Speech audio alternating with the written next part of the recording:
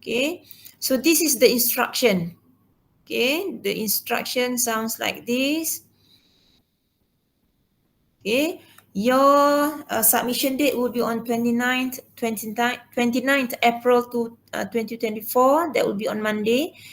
The marks will given is 35 marks. Converted, it will be 15%. Okay, so yang atas-atas ni just instruction. Cuma untuk poster guideline yang bahagian ni. Okay, so pastikan awak faham. What should be included in the poster should have 6 section. 6 section kena ada. Salah satu section tak ada, it will cost you marks. So make sure all these 6 section are included in your poster, which include data description and objective.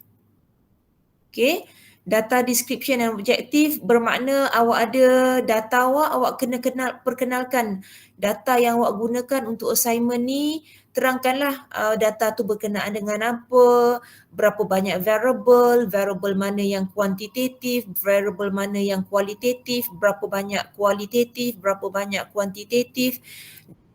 What is your objective?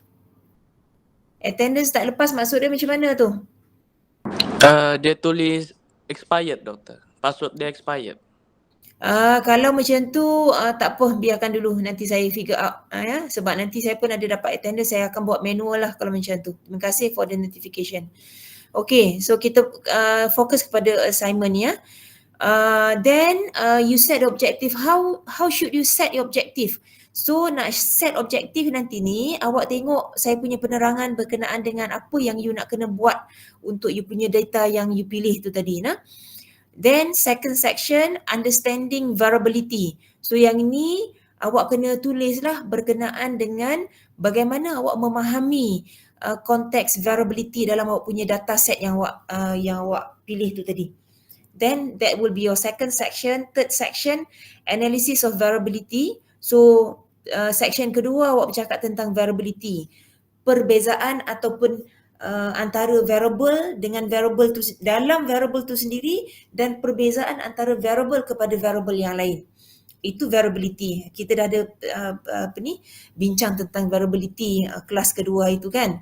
So analysis of variability bermakna awak gunakan tools yang kita dah belajar, graphical form ataupun numerical form, untuk kita nak assess variability.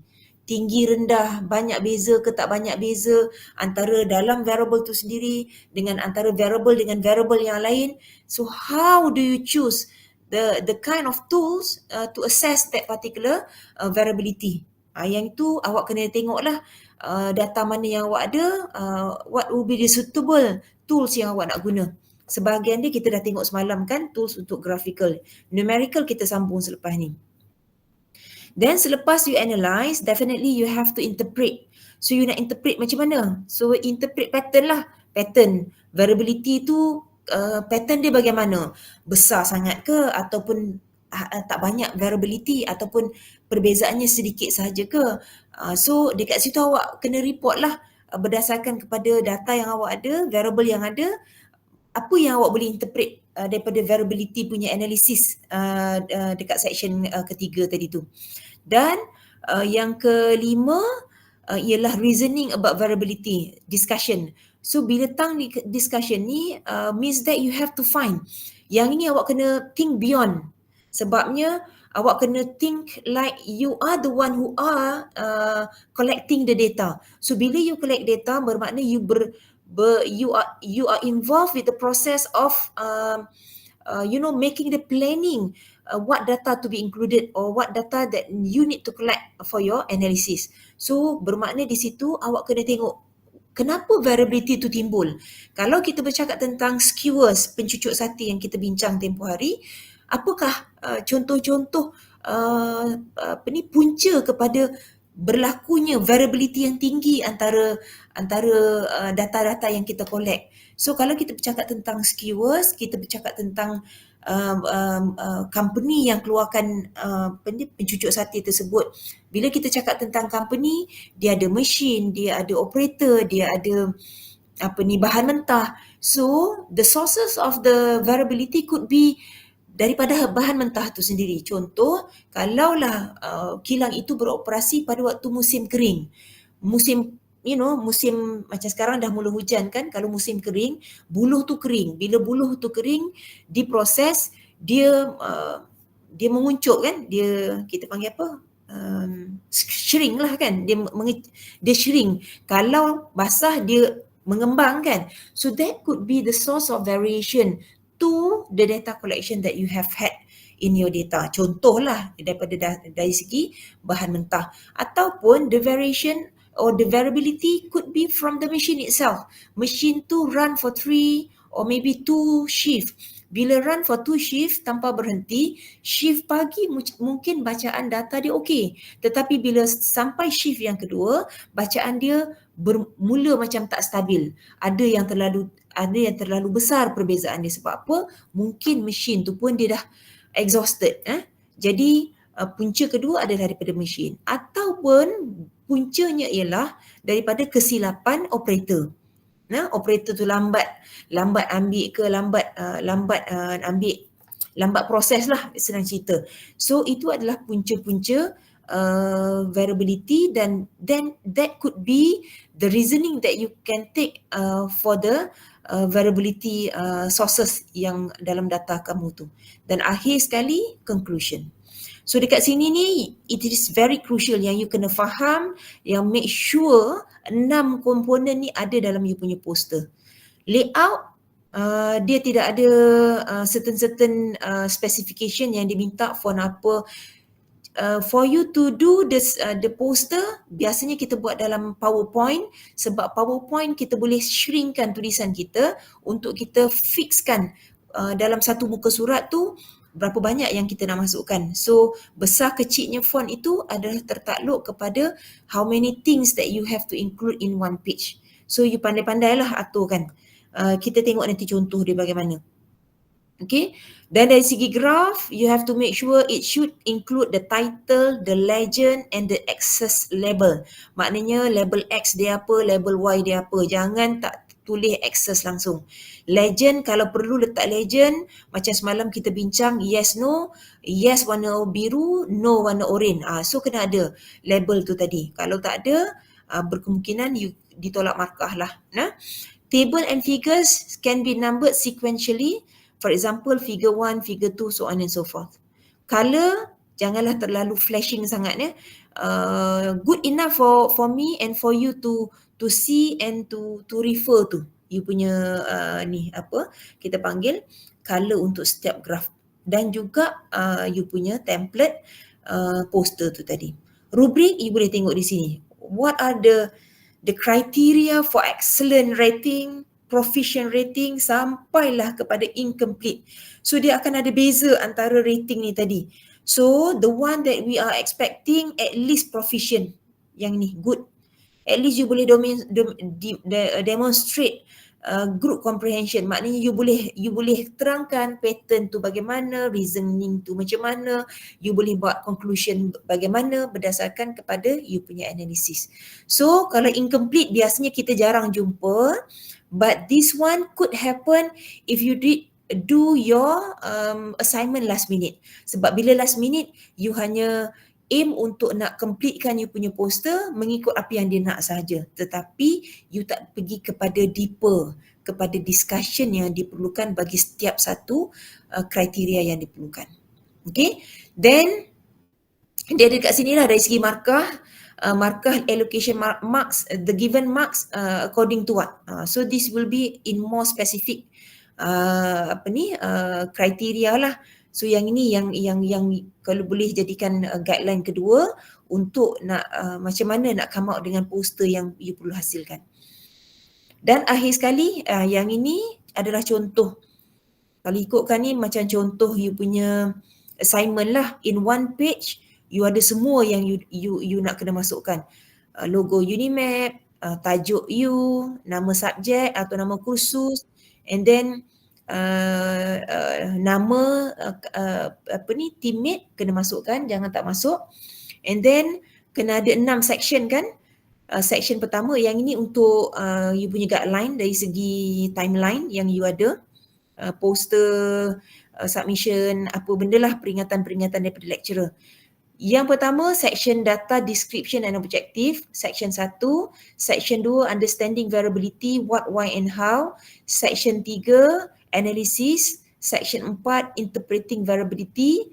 Section 5, discussion, reasoning about the variability. Dan finally, conclusion. So, your poster look like somewhat this one lah. Okay. So, berapa banyak ada poster, berapa banyak variable, dia ada terangkan dekat sini. So you baca satu-satulah, yang ni saya tak nak go through into detail sebabnya you boleh baca satu-satu. So kalau you boleh tengok dekat sini bahagian data description, dia ada terangkan apa yang you boleh nak tulis dekat sini. Then second, understanding variability, apa yang you kena tulis, definition of what variability. Lagi bagus kalau awak boleh buat definition berdasarkan kepada you punya data set yang you ada. Okay. Lepas tu causes of variability, explaining and measuring variability. So you kena tahulah berdasarkan data yang you ada,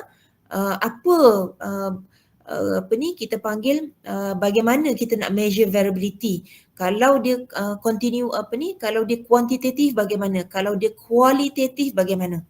Okay. Dan yang saya rasa paling penting dekat sini, you punya keyword paling banyak analysis of variability. Dia nak graphical form, semalam kita dah go through, cuma kita tak habis bahagian box plot. Dan histogram hari ni saya nak tunjuk macam mana kita ada column chart, kita boleh jadikan dia sebagai histogram. Dan selepas ni nanti kita nak tengok numerical analysis bagaimana. Okay. Selepas tu yang ini adalah keyword kepada you punya kita panggil saya nak cari highlight lah. Okey, kalau saya nak boleh highlight dekat sini ni. Okey. Dia ada bagi tahu berapa banyak variable yang you nak kena ambil. Create 4 distinct and appropriate charts. Bermakna kamu kena hasilkan 4 charts. Okey. For both qualitative and quantitative variables. Maknanya 4 tu untuk setiap satu kualitatif dengan kuantitatif. Maknanya kalau dia kata apa, such as 1 qualitative variable and 3 quantitative variable. Bermakna awak boleh ada option pertama, 1 kualitatif, 3 quantitative variable. Ataupun awak nak ada 1 kuantitatif, 3 kualitatif pun boleh juga. Tapi kalau saya prefer 1 kualitatif, 3 kuantitatif. Sebab kuantitatif kita akan guna numerical boleh, graphical pun boleh. Kalau kualitatif ni kadang-kadang dia limited kepada graphical analysis saja. Sebab kualitatif kita tak boleh buat numerical analysis. So kalau nak mudah, awak ambil satu dataset yang mengandungi 1 kualitatif, 3 kuantitatif. Ada soalan tak dekat sini kelas?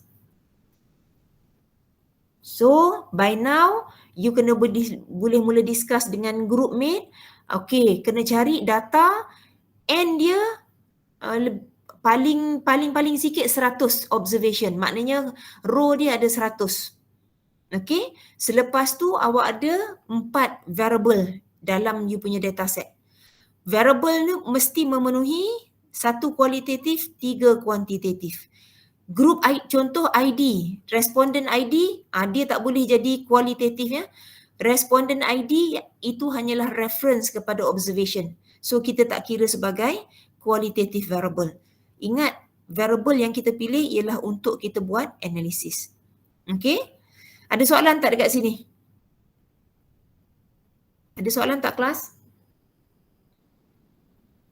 Saya tengok masih tak ramai masuk ni, baru 13 ya. Okay. So kalau tak ada soalan, so you boleh tengok rubrik, you boleh tengok contoh benda ni. So in detail dia ada terangkan di sini. Discussion tu apa nak masuk, conclusion apa nak tulis, semua ada dalam ni. Semua ini ada dalam you punya e-learning platform. Okay. So ada dalam e-learning platform. So tengok dekat bawah assignment. Ada bawah assignment instruction and rubric dengan details of assignment rubric, a guide to expected outcomes. You boleh tengok yang ni lah apa ada dalam ni. Okay. So kalau tak ada soalan, so saya nak berhenti, saya nak terus pergi kepada kita punya sambung semalam. Okay. Cuma semalam kita berhenti pada box plot. Box plot, memandangkan box plot ni ada berkaitan dengan kita punya numerical data presentation. So hari ni saya nak terus masuk kepada numerical data presentation dan nanti kita akan tengok bagaimana kita boleh buat box plot. So hari ni kalau boleh saya nak dalam masa yang sama awak buka Excel awak untuk kita buat hands on bagi ke semua ni tadi ni. Measure of central tendency, measure of dispersion dengan measure of position. Okay. So sebelum saya masuk kepada measure of central tendency, kenapa kita kena tahu measure of central tendency ni? Okay, dan measure of central tendency ni, I believe most of you have already encountered this particular topic during your secondary school and primary school pada darjah 6 if I'm not mistaken, kalau kamu sempat lah darjah 6 pun dah mula belajar dah mean, mode, median ni tadi. Okay, cuma untuk yang measure of dispersion ni mungkin di peringkat sekolah menengah kalau saya tak silap, kalau adalah dulu untuk saya tak ada ya, zaman-zaman saya tak ada lagi. Okay, so kita nak tengok apa antara beza antara ketiga-tiga ni tadi. Okay, sebelum saya pergi kepada detail, kenapa kita kaji ketiga-tiga ni tadi? Kalau mean, mode, median, kelas, kalau kita ada data ya. Okay, kalau kita ada data. Okay, kalau kita ada data, let's say saya pilih, right? Okay, kalau kita ada data, kita nak tengok data kita contoh semalam ialah data tentang kita punya experience of drivers. Experience drivers, kita tengok macam mana kalau dia beginner dengan advance in terms of controlling the steering. Okay, controlling the steering based on 3 types of road, pave, gravel dengan dirts. Okay, so apa yang berlaku dekat sini sebenarnya kita nak mengkaji apakah perbezaan antara kalau kita bercakap tentang beginner dengan advance, bagaimanakah perbezaan antara mereka berdasarkan kepada correction time yang mereka buat. Okay, berdasarkan kepada 3 jenis jalan ni tadi. Okay, now bila saya ada bercakap tentang data, so data kita of course data yang inilah kita bercakap tentang correction time. Yang ini yang kita nak kaji. Okay, bila kita nak kaji, kita boleh kaji menggunakan kaedah ni tadi. Measure of central tendency, measure of dispersion dengan measure of position. Secara cerita pendek dia, what are the differences between the three? Okay, kalau saya ada data, okay, dan data saya ni saya plotkan. Oops, terlalu besar kejap ya. Let's say saya kecilkan. Okay, data saya ni saya plotkan in terms of saya punya data ni. Okay, selepas tu let's say lah data saya bercakap tentang correction time in terms of second kan. Kalau kita tengok balik tadi kita punya data tadi ni lebih kurang macam ni. Paling sikit let's say lah kita ambil yang beginner. Beginner sampai ni paling sikit 4, 8, paling maksimum 23, 27. Okay, let's say lah saya plotkan saya nak bagi tahu apa beza tu.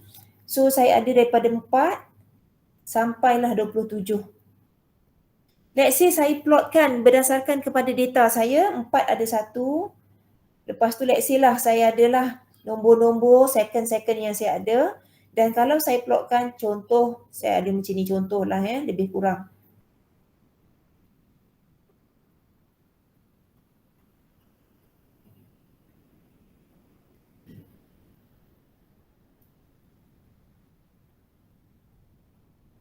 Okay, contohlah ada berapa ramai, berapa banyak observation. Kita ada alamak 1, 2, 3. Semalam ada 24 ada 12 kan, tak silap saya. So kita ada 12 Kita ada 12, so bermakna dekat saya punya data ni tadi N saya adalah 12. Now, bila kita mengkaji tentang mean, mode, median, semua measurement yang kita cari ini sebenarnya tertumpu kepada kita punya middle value. Okay, sebab apa? Sebab kita nak merujuk, let's say, okay, saya sebagai let's say lah awak yang mengkaji tentang data correction steering correction time ni tadi. So saya adalah ketua statistician, awak adalah engineer yang menjalankan kajian tersebut. So sebelum kamu come out dengan laporan akhir, tiba-tiba saya jumpa kamu lah, saya tanya, okay, contoh saya tanya Anissa. Okey Anissa, boleh bagi tahu saya menggunakan satu nilai sahaja, apa yang kamu boleh gambarkan tentang kita punya driver yang classified sebagai beginner ini tadi in terms of correction time. Anissa, apa yang kamu boleh nak cakap kepada saya menggunakan satu nilai sahaja? So Anisha boleh cakap apa? Oh, okey, Puan Mas, kalau Puan Mas nak satu nilai untuk menggambarkan kita punya beginner driver ni tadi untuk dia buat correction time secara purata. So saya bercakap tentang mean. Secara purata, mean dia ialah, contoh dia let's say lah, mean dia ialah 18 saat. Okay? Oh, okay. So saya boleh imagine dari data yang saya ada ni tadi, saya boleh imagine penengah dia ialah 18 saat. X bar dia tadi ialah 18 saat. Using one value. Saya boleh juga menggunakan median. Menggunakan median maknanya apakah penengah yang betul-betul tengah. Saya tak nak gunakan mean. Yang itu saya boleh gunakan. Ataupun saya gunakan mode. So menggunakan nilai tengah. Itu kalau saya gunakan measure of central tendency. Contohlah, Anissa dah cakap, okey, Anissa kata Anissa gunakan mean. Lepas tu tiba-tiba saya tambah lagi soalan. Okey Anissa, dari segi nilai tengah dia saya dah dapat agak, okey 18 saat untuk beginner. Saya nak tahu pula bagaimana dispersion data 12 orang pemandu ni tadi, saya nak tahu bagaimana mereka dari segi dispersion of data. Boleh tak awak terangkan menggunakan satu nilai bagaimana data beginner tu tadi terserak, disperse. Disperse ni maksud dia apa? Dia terserak. Terserak ni maknanya bagaimana kalau saya bercakap daripada titik tengah, dia terserak ke kiri dan ke kanan. How much dispersion kat situ. So dengan kata lain, dispersion ni tadi akan reflect apa dia? Variability. Besar ke kecil. Contoh, kalau kita bercakap tentang data beginner tadi, kita bercakap nilai permulaan dia ialah apa dia? Okey, nilai permulaan dia ialah 4 dan nilai maksimum ialah 27.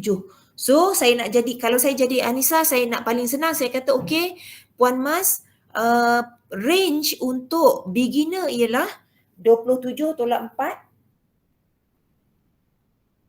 dapat 23 saat. Okey, saya sebagai orang yang mendengar, saya boleh fahamlah. Bermakna serakan antara driver yang buat correction paling sikit dengan correction paling tinggi berbeza sebanyak 23 saat. Maknanya ada jurang yang besar. Ada yang terlalu sekejap dia boleh buat correction dalam 4 saat walaupun dia hanyalah beginner, tapi ada juga yang perlukan masa 27 saat untuk nak buat correction sebab dia beginner. Tetapi saya akan kata, okey Anissa, saya tak nak range sebab range tidak mengambil kira titik tengah. Okey, so bila range tidak mengambil titik tengah, apa yang saya nak? Saya nak you ambil kira titik tengah ni tadi. Dalam you punya kiraan dan dia terserak ke kiri dan ke kanan tu bagaimana? So saya akan guna variance. Okey, nampak tak? Dekat situ beza antara MCT dan juga MD, measure of dispersion. Dan akhir sekali, measure of position. Contoh, saya extendkan lagi. Saya tahu salah satu driver saya ni ialah, contohlah dekat beginner ni, contoh orang yang ini ni tadi, yang 10 saat. Okay? Dan saya tahu dia adalah driver yang kita panggil observation yang keempat. 1, 2, 3, 4. Okey. Saya akan tanya Anissa. Okey Anissa, saya nak tanya tentang driver beginner nombor 4. So dia dapat berapa tadi Anissa? Dia punya bacaan correction time? Siapa ingat tadi? Berapa Anissa? Observation nombor 4? 10 saat kan? So 10 saat di mana? Of course kalau tengah ni tadi ialah 18, 10 kita boleh anggaplah somewhere dekat, contohlah saya ambil pen warna biru lah pula So 10 adalah somewhere dekat sini. So dia adalah orang yang di sini, contohlah dia ada di sini. So saya nak tahu dia sebagai driver yang nombor 4, dia punya location ni in terms of position. Bagaimana? Yang ini kita akan tengok bagaimana measure of position boleh bantu kita identify in term of position menggunakan Z-score, percentile, quartile dan outliers. So semua ni sangat penting untuk you punya assignment. Dan untuk yang ini numerical data presentation kena ingat So kena ingat numerical data presentation ni untuk data kuantitatif.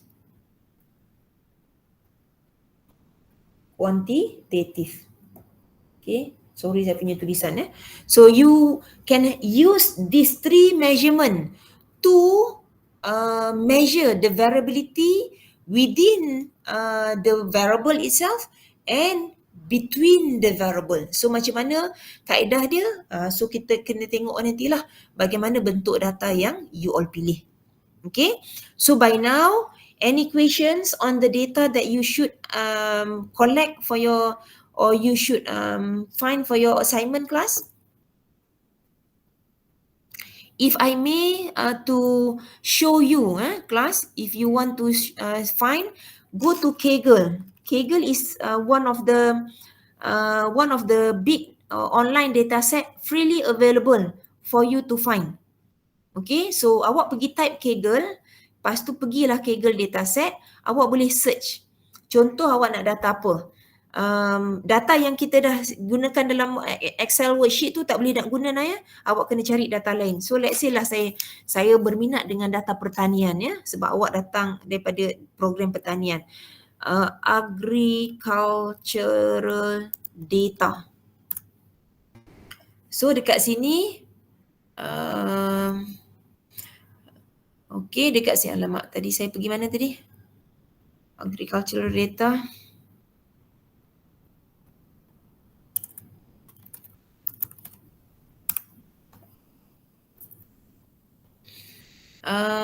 Okey, pergi ke dataset. Okay, so awak boleh tengok. So kena tengoklah. Sometimes walaupun data ni banyak tetapi kadang dia tak memenuhi keperluan you punya analisis.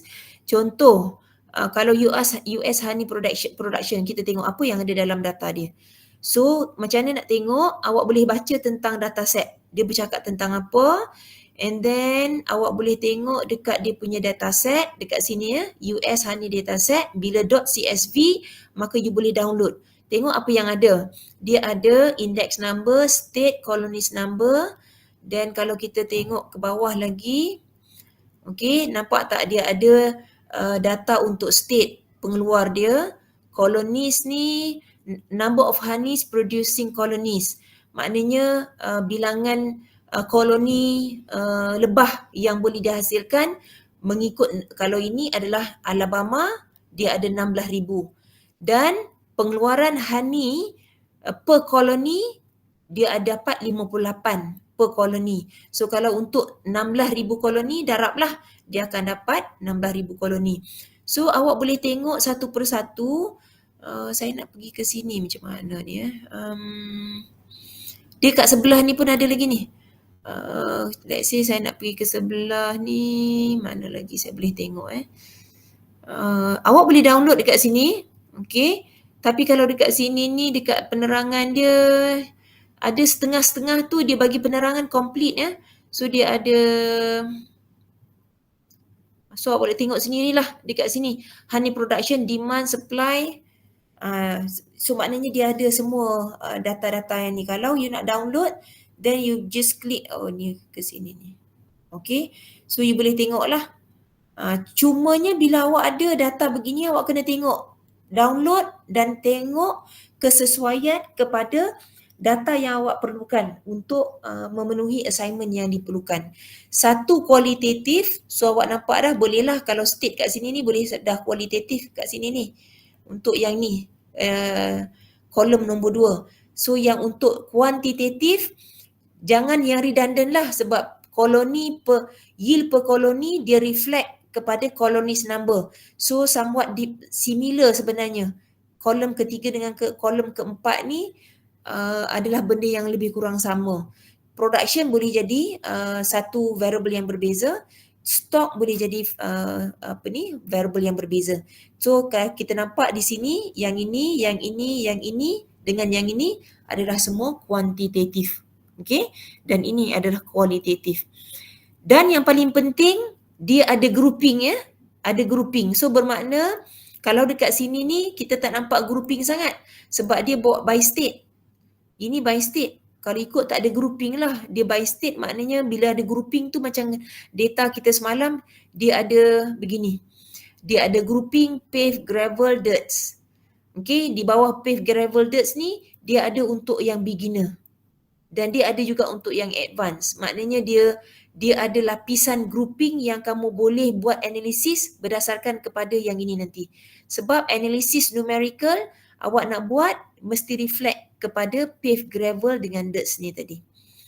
Okay, so kalau kamu nak kaji tentang that particular variable sahaja, contoh untuk road type ni tadi, of course you akan guna correction time untuk nak kira pave punya ni bagaimana dia punya variability, gravel bagaimana dia punya variability, sini bagaimana dia punya variability.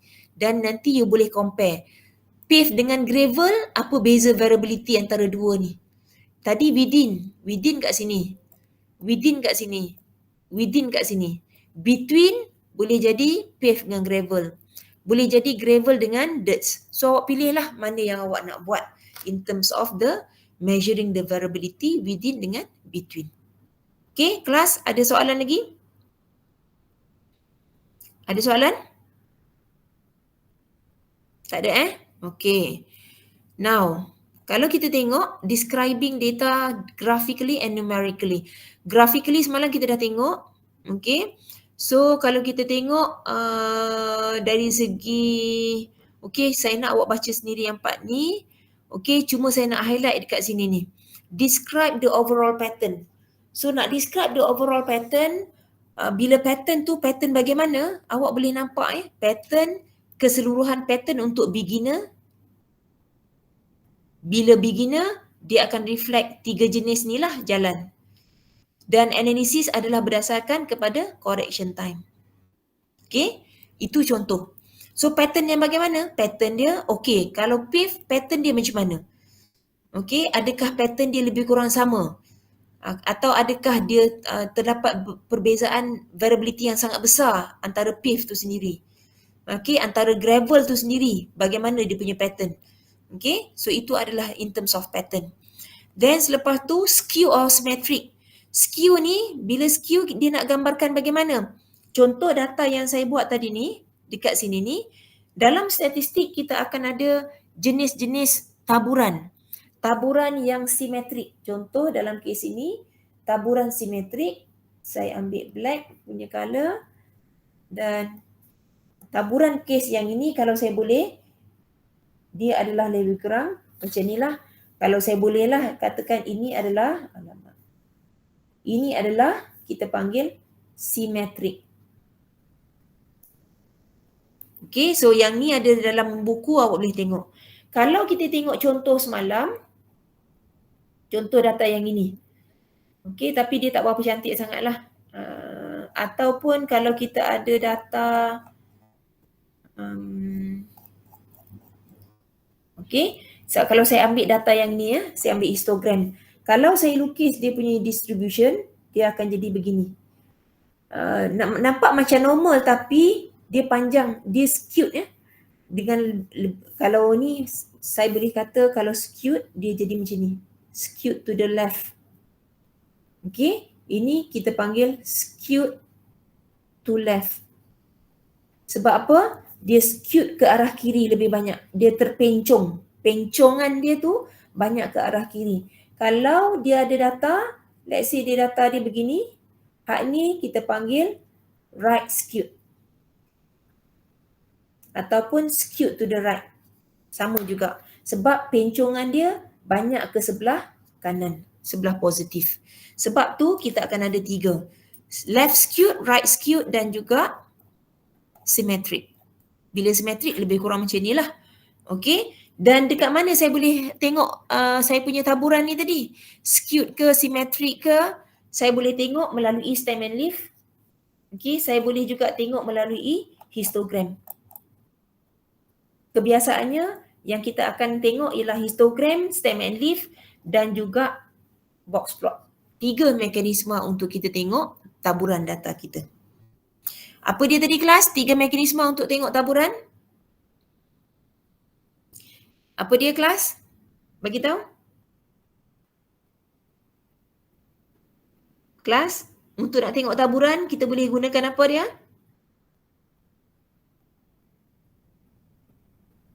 Hello kelas. Kita boleh gunakan box plot, kita boleh gunakan histogram dan kita boleh gunakan juga stem and leaf plot. 3 mekanisme yang kita boleh gunakan untuk nak lihat taburan data kita simetrik ataupun normal ataupun skewed kiri atau ke kanan. So kita nak masuk kepada measure of central tendency. So saya nak awak baca sendiri in terms of dia punya kaedah macam mana nak kira. Untuk group ungroup saya tak, untuk ungroup saya lebih fokus kepada ungroup. So untuk yang group biasanya kita buat ya, tapi sebab since kita dah gunakan Excel, kita akan fokus kepada ungroup sebab calculation daripada Excel biasanya dia akan gunakan ungroup punya data. Okay, so yang ini saya nak awak baca sendiri. So dekat sini ada dia punya ni lah penerangan tentang conclusion kepada kita punya MCT. So sebelum kita pergi kepada ni, saya nak go through terus kepada kita punya data. Okay, kelas daripada data yang kita ada ni, kita gunakan beginner dengan advance ni. Okay, yang bahagian ni semalam kita dah buat. Now, macam mana kita boleh dapat histogram? Okay, histogram ni sebenarnya kalau ikut macam yang kita buat semalam, kita boleh terus dapatkan dia punya histogram. Macam mana kita nak buat histogram? Contoh saya ambil data, saya highlight terus. Untuk yang yang ini ya. Tengok kita jadi ke tak kalau nak buat histogram. Insert, ini kita tak guna pivot table ya. Kita terus hanya insert charts. Okay. Kalau tengok dia akan terus buat histogram begini ya. Dia tak buat by bins. Kalau ikut yang ini, dia buat by bins. Nampak tak? Dia ada, dia punya ni. Dia buat selang kelas dia. Daripada 4 hingga 9.7, 9.7 hingga 15.5 dan seterusnya. So daripada sini, sebenarnya directly daripada sini kita tak boleh nak buat. Okay, so histogram, basically kita kena buat selang kelas dahulu untuk kita dapat lukis histogram. Okey, untuk yang histogram ni, jap saya tengok saya punya worksheet satu lagi ni, macam mana saya buat.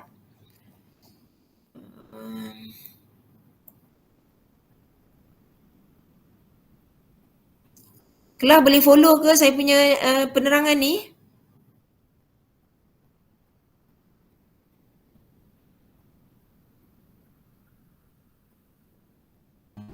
Boleh follow ke kelas? Okey. Cuma histogram ni saya tak nak ambil masa sebenarnya sebab dulu kami buat manually untuk nak create selang kelas tu. Tetapi sepatutnya dia ada cara yang lebih mudah. Sekejap ya. Tak apa, saya biarkan dahulu histogram, nanti saya akan buat kelas pendek untuk buat histogram. Saya nak terus kepada ni, box plot ni tadi. Sebab dia dah ada dalam kita punya awak punya Excel sheet ya. Saya nak awak tengok juga untuk yang bahagian using box plot. Cuma yang ini saya biarkan dulu nah. Sebab yang ini untuk quantitative variable, graphical parts, cuma histogram ni saya biarkan dulu. Untuk box plot, bagaimana kita nak buat box plot? Kalau nampak kat sini box plot kita ada beginner dengan advance. So macam mana kita nak buat? So kalau kita tengok untuk nak buat box plot ni, dia akan melibatkan data experience dengan correction time. Okay, so macam mana nak buat box plot? So let's say saya buat kat bawah ni, pergi insert recommended charts. Okay, kelas insert recommended charts.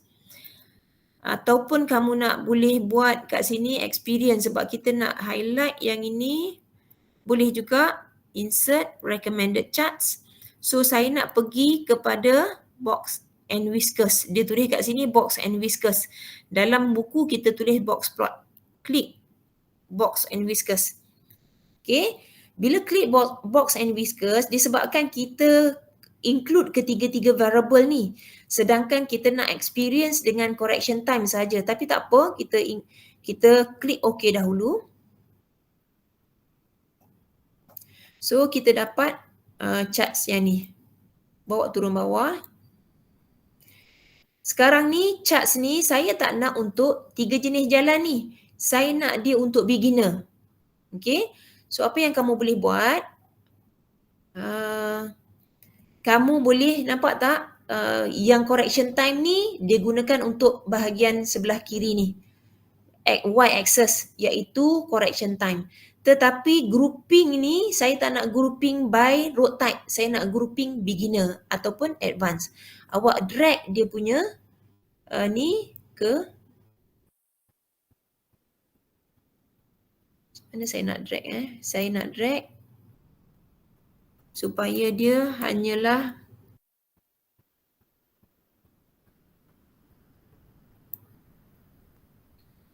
ataupun kalau nak drag tak boleh, pergi ke chart design. Okay, chart design semua buat sebab yang ni awak memang kena buat untuk awak punya assignment. Then select data. Yang kat select data tu kita boleh buang data yang kita tak nak. Dekat select data, okay, klik edit. Okay. Padam balik yang ni. Saya tak nak yang ni. So saya nak dia ambil beginner dengan advance saja. So beginner advance, klik OK. Klik OK. Then awak akan ada. So experience tadi dia tak nak, kita tak nak ada dalam dia punya tu. So kena buang lah. Edit balik dekat bahagian tu. Hanya ambil data sahaja. So yang ini hanya ambil dia punya beginner advance saja. Header row jangan ambil. Then klik OK. Then klik OK. Jadi tak semua? Boleh tak semua? Ada tak yang ada masalah nak buat box plot?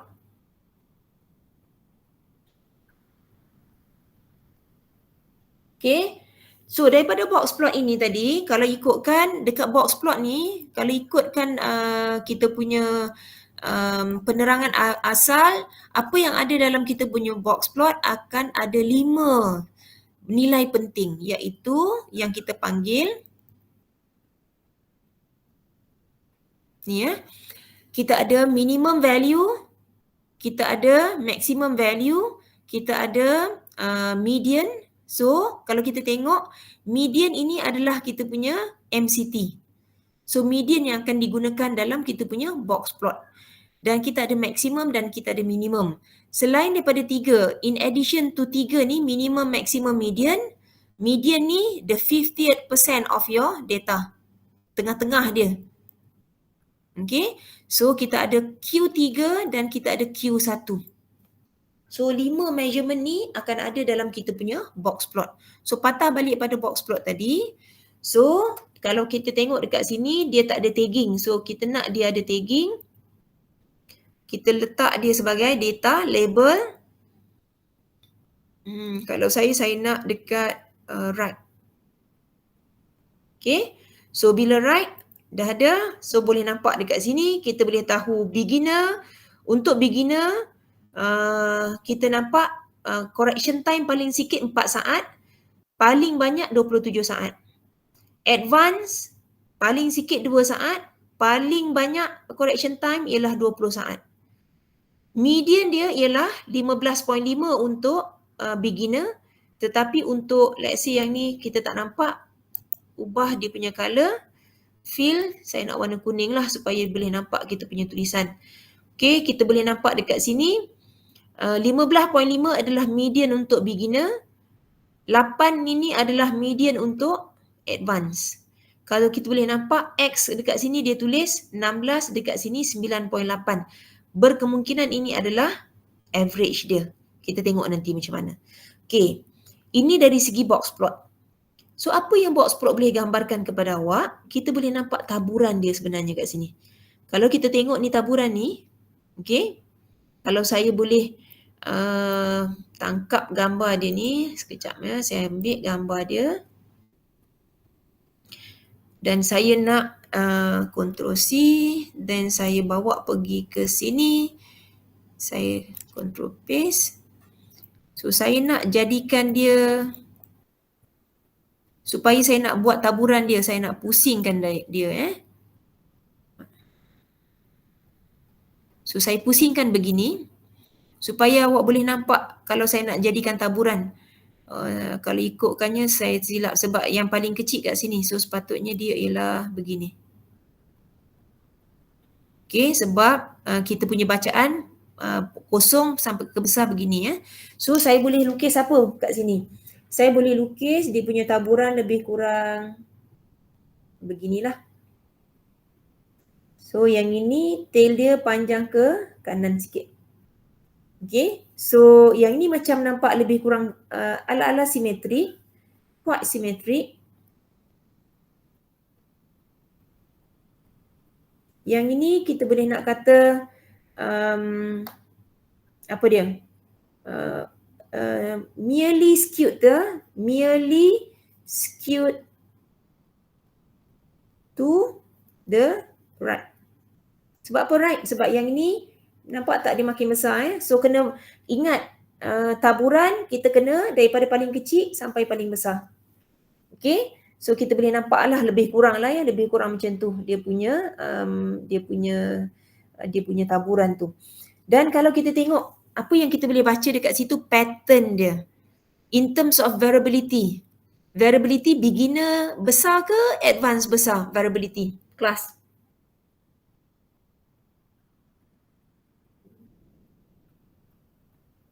Kelas, variability mana yang lebih besar? Beginner or advance? Beginner. Ya, betul, beginner. Sebab apa?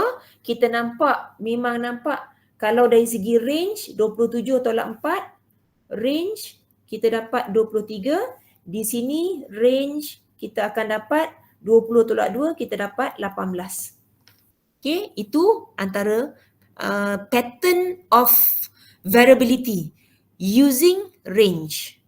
Okay, what if I'm using IQR? Sebab IQR ialah kita tahu ini adalah minimum, ini adalah maksimum, ini adalah median, ini adalah Q1, ini adalah Q2, dan most probably ini adalah average. Berkemungkinannya kita tak tengok lagi. So daripada sini, selain daripada gunakan range untuk nak tengok variability, perbezaan variability besar ke kecil, saya boleh gunakan ini Q3 Saya boleh gunakan IQR. IQR iaitu Q3 tolak Q2. So saya dapat 22.5 tolakkan dengan 10.75. So saya dapat apa ni? Okay, saya dapatlah nilai dia dapat apa tu kelas?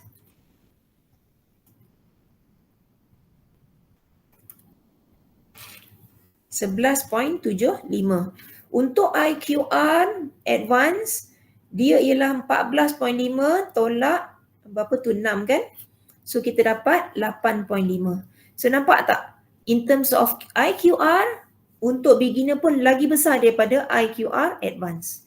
So kita nampak perbezaan masa correction time berdasarkan kepada IQR adalah lebih kecil untuk advance. Memang logik lah sebab dia adalah advance driver. Okay, itu dari segi measure of dispersion. Okay kelas, boleh kita kaji tentang variability. What if saya nak gunakan sikit lagi masa kelas Awak lepas ni ada kelas pukul apa kelas? Kelas depan ni pukul apa?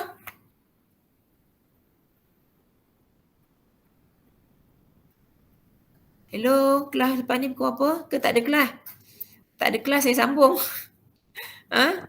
Ada quiz, doktor. Oh, ada kuis pukul apa? Saya nak tanya. Kuis pukul apa? Hebat je lah. Kalau pukul 12 Dalam pukul 1, doktor. Oh, 1. Padan tak nak habaq. Lambat lagi. Saya ambil masa sikit saja. Saya nak habiskan yang measure of central tendency. Macam mana nak generate you punya jawapan. Okey, ini tadi daripada box plot. Dan daripada box plot kita boleh tengok measure of dispersion sebahagian dia. Secara detail dia nanti kita akan tengok video. Okey. Cuma untuk yang measure of kita panggil, saya bawa ke bawah ni sebab saya nak tunjuk ada dua cara. Macam semalam, without using pivot table, kamu kena buat satu persatu. Bila guna pivot table, semuanya jadi mudah. Sama juga dengan kes yang ini. Okay, ada dua cara untuk nak generate awak punya measure of central tendency. Since kita ada kita punya numerical data is on the correction time, so saya boleh nak kira measure of central tendency, mean, mode, median untuk correction time. Saya boleh gunakan kaedah tradisional. Kalau Excel, saya nak kira apa? Saya nak kira mean. Lepas tu saya nak kira median. Lepas tu saya nak kira mode. Okay. So, saya boleh guna, mean ialah kena type equal to, semua kena cuba equal to type average. So, average, nampak dekat situ ada average, double click average. Then, dia akan tanya, apakah nombor yang you nak kira average? Then, kita highlight lah semua nombor yang kita nak. Then, click enter. You dapatlah average-nya. So, then kita ada median equal to median.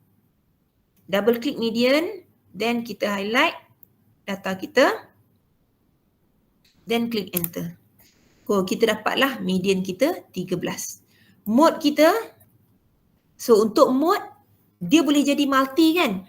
Mode ni dia boleh jadi satu mode ataupun dia tak ada langsung mode ataupun dia boleh lebih daripada satu nilai mode. So kita tak tahu. Jadi nak selamat untuk nak kira mode, kita ambil multiple mode. Bila multiple mode maknanya dia boleh ada lebih daripada satu. So kita ambil, kita highlight. Tengok apa yang ada dalam kita punya tu, number, then click enter. Kita dapati ada 8. Okay, ini secara buat satu persatu, which is time consuming. Okay, ada tak soalan macam mana nak kira ni kelas? So, kalau nak standardizekan, bolehlah kita letak format cell, kita nak number, kita nak decimal point 2 sahaja, then click OK. So, dia akan setkan you punya decimal point begitu. Ini cari satu persatu.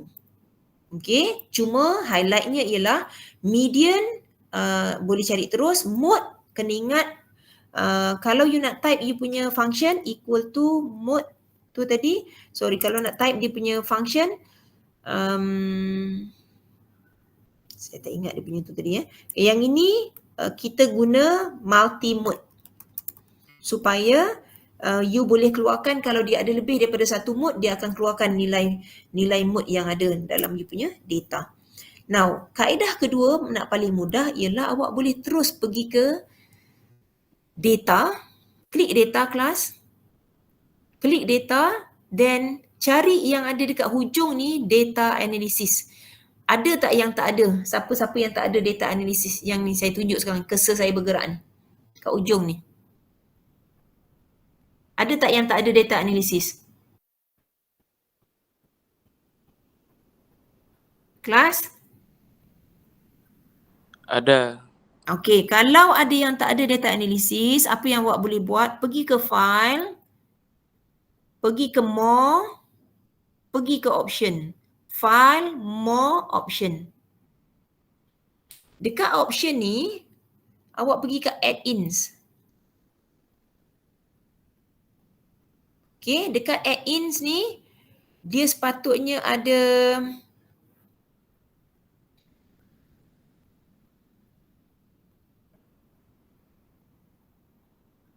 ini, analysis toolpacks ni. Ni analysis toolpacks. Okay. Okay, and then go. Analysis toolpacks. Okay, klik analysis toolpacks ni, then klik OK. Cuba buat sekarang. Should be available once you have done this. Cuba tengok balik, sepatutnya akan ada data analysis. Ada tak? Ada, doktor. Okay, thank you. Okay, then pergi ke data analysis, klik data analysis. So dekat sinilah awak punya function-function statistik yang Excel telah buat berdasarkan kepada dia punya programming lah. Bermakna kalau awak klik, dia akan bagi semua analisis statistik yang kita perlukan. So kalau awak tengok ada banyak. Okay, ada banyak daripada ANOVA, correlation, sampailah ke sini. So histogram pun boleh buat kat sini ya. So kalau yang untuk measure of central tendency ni, awak perlu pergi kepada yang kita panggil descriptive statistic. Klik descriptive statistic. Yang ini memang awak kena buat ya untuk awak punya assignment. Yang ini paling mudah sebab dia MCT. Then klik OK. Then dia akan minta apakah input range yang kita nak masukkan. Definitely descriptive statistic ini merujuk kepada data numerical. So kita klik data tu and then kita highlight kita punya data. Then klik balik arrow ni, dia akan patah balik dekat sini. Okay, now tadi kita masukkan tak label, saya tak pasti saya masukkan ke tak label. So let's say saya nak masukkan label saya. So saya masukkan correction time sampailah data terakhir. Then saya kata apa? Group by column. Betul lah sebab saya punya dalam bentuk column. Kalau awak punya dalam bentuk row, maka awak klik row lah. So since dalam column, kita klik column. Dan saya bagi tahu data punya label ada pada first row. So saya kena bagi tahu kat dia supaya dia tak baca itu sebagai data. Kalau tak nanti dia tak boleh nak kira. Output range.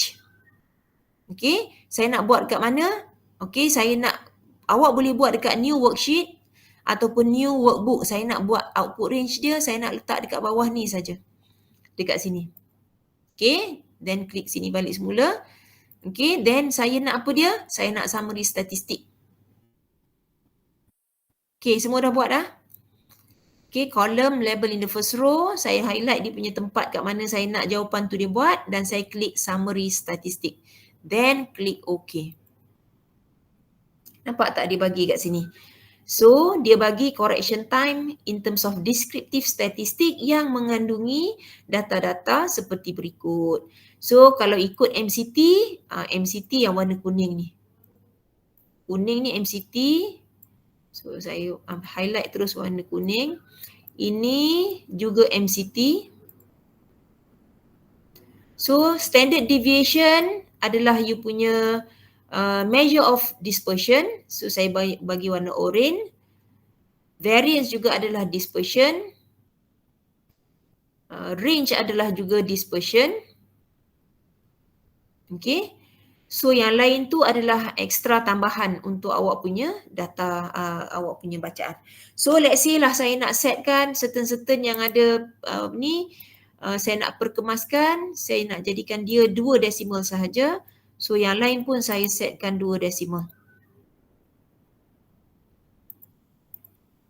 Okay, kelas. So, saya rasa saya berhenti setakat ini saja. Nanti kita sambung untuk apa interpretation mean, median, mode, standard deviation, sample variance, range dan sebagainya.